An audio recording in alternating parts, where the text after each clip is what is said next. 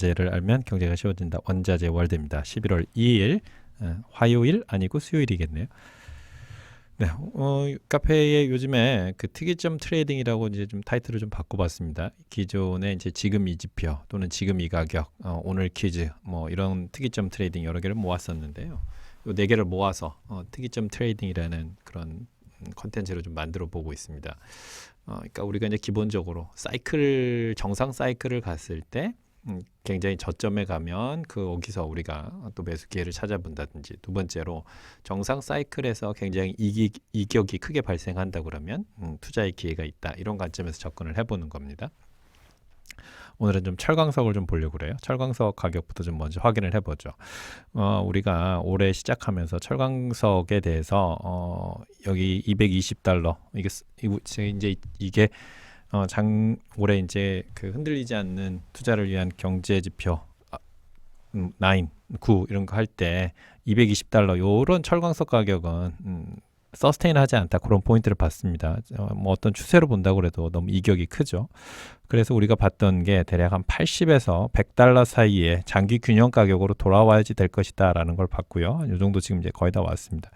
근데 지금의 가격이 또 이제 $80까지 내려왔어요. 지금 여기서 여기까지 왔는데 조금 이격이 과하다라는 느낌이고, 이 철광석 가격 $80가 우리한테 지금 얘기하고 있는 게 뭔지, 우리는 여기서 어떤 투자 아이디어를 얻어야 되는지를 좀 살펴보도록 하겠습니다.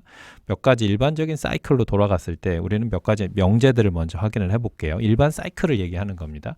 철광석하고 유가는 뭐를 반영합니까? 경기를 반영해요. 그래서 두 가지가 상관도가 높습니다. 즉 경기가 좋아지면 철광석도 가격이 높아지고요. 뭐 유가도 가격이 높아지고 비슷한 가격으로 갑니다.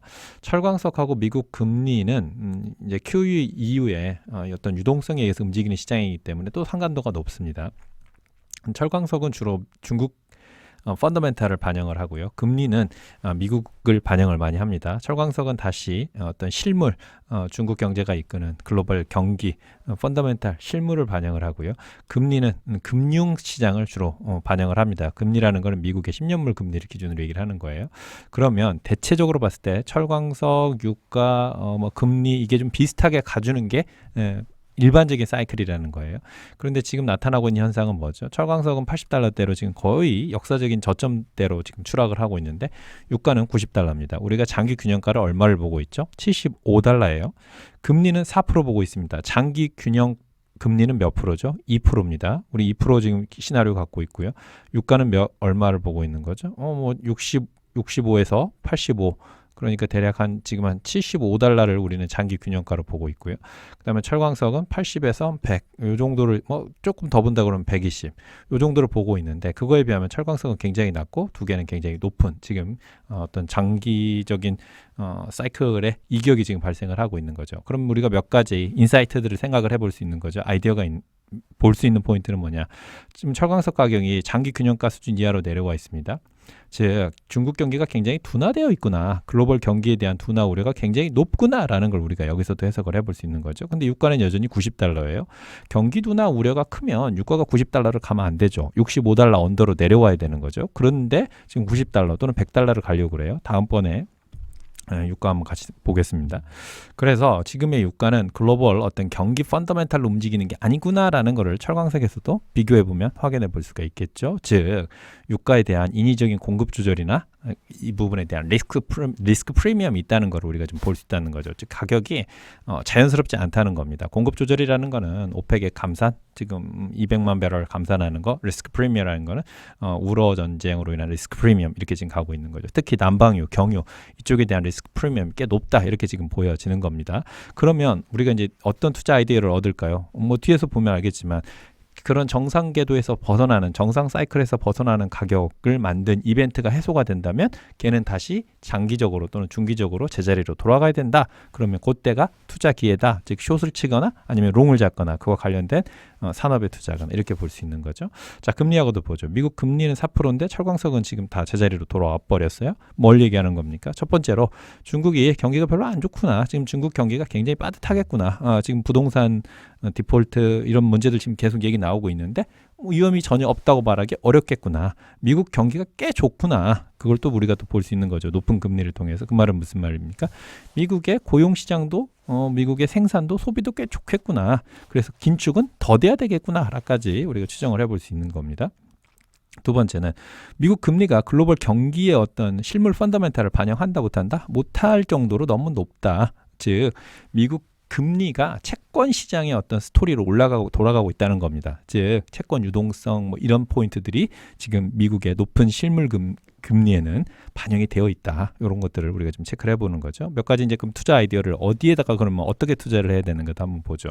철광석은 굉장히 바닥권으로 느껴지네요. $80 언더로 내려오고 만일에 언더슈팅이 나와서 75, 70까지 밀린다고 그러면 철광석은 바닥권이다. 이런 느낌이겠죠. 어떻게 보면 될까요? 삼성전자 한 5만 원대 그런 느낌으로 우리가 접근해 볼 수 있을 겁니다. 뭐 그 정도 우리가 삼성전자 어떻게 가지고 어떤 시나리오죠? 46,000원에서 55,000원 사이는 세이프한 가격일 것이다. 장기적으로 2년, 3년 후에는 그 가격보다는 훨씬 높을 것이다 라는 시나리오 가지고 있잖아요. 비슷한 느낌이다 이렇게 보고요. 중국의 경기 회복을 느리다고 지금 시장은 감안하고 있구나. 그리고 중국의 느린 회복을 감안하더라도 리오프닝이 이제 올 겨울에 다시 재유행이 좀 지나고 나서 코로나 재유행이 지나고 나서 내년 봄이 된다 그러면 장기 분할로 접근해 볼 수 있는 삼성전자 5만 원대 가격 그런 느낌으로 철광석을 볼 수도 있겠구나. 즉 철광석 자체에 대해서도 한번 볼 수 있겠죠. 그리고 미국 금리가 지금의 철광석 가격에 비해서 훨씬 높죠. 미국 금리가 상단에 거의 다다르고 있구나. 그래서 미국 10년물 금리는 여기서 더 갈 수 있습니다. 4.5까지 갈 수는 있어도 경기하고 이격이 굉장히 크구나라는 것도 우리가 실물 경기하고 이격이 크다는 것도 여기서 한번 체크를 해볼 수 있는 거죠. 그 말은 무슨 말입니까? 긴축을 더 하게 되면 실물 경기에 부담이 된다. 침체가 온다. 미국마저도. 그럼 유럽은 어떻게 되죠? 2%대, 1.5%대 잠재 성장률을 갖고 있는 유럽은 여기서 금리를 만일에 더 올리게 된다면 침체는 거의 확실시 된다입니다. 금리를 만일에 더 올리게 된다는 조건은 뭐죠? 인플레이션이 여기서 더 강해진다면, 즉 유가가 더 올라간다면, 경유 가격이 더 올라간다면 유럽은 어쩔 수 없이 금리를 올려야 되고, 그러면 경기 침체는 유럽은 불가피하다라는 것도 우리가 추론을 해볼 수 있겠습니다. 그래서 금리가 미국이 더 올라가야 된다면 증시가 지금 반등하고 있지만 안전히 안심할 수 있을까요? 그러기에는 조금은 아직은 이르다는 것까지 우리가 투자 아이디어를 얻어볼 수 있을 것 같습니다. 그래서 지금은 어떤 베어마켓 랠리를 가고 있는 그런 상황이 아닌가, 심리적인 베어마켓 랠리다, 기술적인 반등이다, 이런 느낌으로 좀 우리가 증시는 볼 수 있을 것 같고요. 실물 경기의 회복은 철광석으로 봤을 때는 아주 천천히 L자 형태로 그렇게 진행될 가능성이 높겠다는 것도 볼 수 있을 것 같습니다. 자, 여기까지 우리가 좀 볼 수 있을 것 같고요. 자, 반대로 또 뭐 약간 어떤 기업으로 보면 포스코 홀딩스 같은데 철강, 제강 기업들 지금이 굉장히 높은 가격일까요? 낮을 겁니다. 지금 뭐 포스코는 굉장히 간단하죠. 철광석 싸게 사다가 운임도 싸고 수출 많이 하니까, 그리고 또 철은 비싸고 그때가 제일 좋죠. 그런데 지금 철광석 가격 굉장히 많이 내려왔고, 반대로 그만큼 또 철 가격도 많이 내려와 있습니다. 그리고 운임 지수도 많이 좀 내려와 있는 상태죠. 그래서 포스코 같은 기업들이 지금 굉장히 지금 비싼 상황이다, 이렇게 보기는 어렵죠. 물론 이제 지난번에 이제 그 태풍 영향 이런 데미지들도 있지만요. 그러나 이것이 이제 굉장히 강하게 빠르게 반등할 것이냐, 석유화학 업종도 굉장히 빠르게 반등할 것이냐, 아닐 거라는 겁니다. 조금은 더 시간이 걸릴 가능성도 우리가 좀 보고 천천히 접근하되 바닥권에 굉장히 가깝다는 것도 우리가 좀 볼 수 있는 거죠. 자, 그러면 한국은 어떻게 될까요? 한국은 주 메인 산업이 반도체, 석유화학, 뭐 철강 이런 것들 주로 수출하는 나라인데요. 지금 전반적으로 이 석유화학, 철강, 반도체 다 지금 지표들이 아래에 있죠. 그러면 한국이 좋을 수 있을까요? 안 좋다는 겁니다. 거의 지금 한국 경제도 바닥권에 있다는 거죠. 그런데 달러원이 1,450원이에요. 그러면 한국 경제가 지금 엄청나게 나쁜 건가요? 그 정도는 아니라는 겁니다. 그러면 이제 점점 바닥권으로 가다가 어제 수출 지표 나왔죠. 무역 수지가 계속 커지네요. 조금 더 한 6개월 정도 더 마이너스로 간다 그러면 한국 경제도 이제 다시 사이클상 돌 때가 거의 다가올 수도 있겠다. 내년 2분기 이 정도를 기대를 해볼 수도 있겠다는 것까지 우리가 철광석을 보면서 추론해 볼 수 있지 않겠나 싶습니다. 네, 내일은 석유화학 업종 또는 유가, 난방유, 경유 이런 거 보면서 또 특이점 어떤 트레이딩을 좀 아이디어를 찾아보시죠. 원자재 월드는 이런 방식으로 또 계속 좀 진행을 좀 더 해보도록 하겠습니다. 오늘 내용이 마음에 드셨다면 좋아요 한번 눌러주시고요. 네, 늘 함께 해주셔서 감사합니다. 지금까지 원자재라면 경제가 쉬워진다, 원자재 월드였습니다.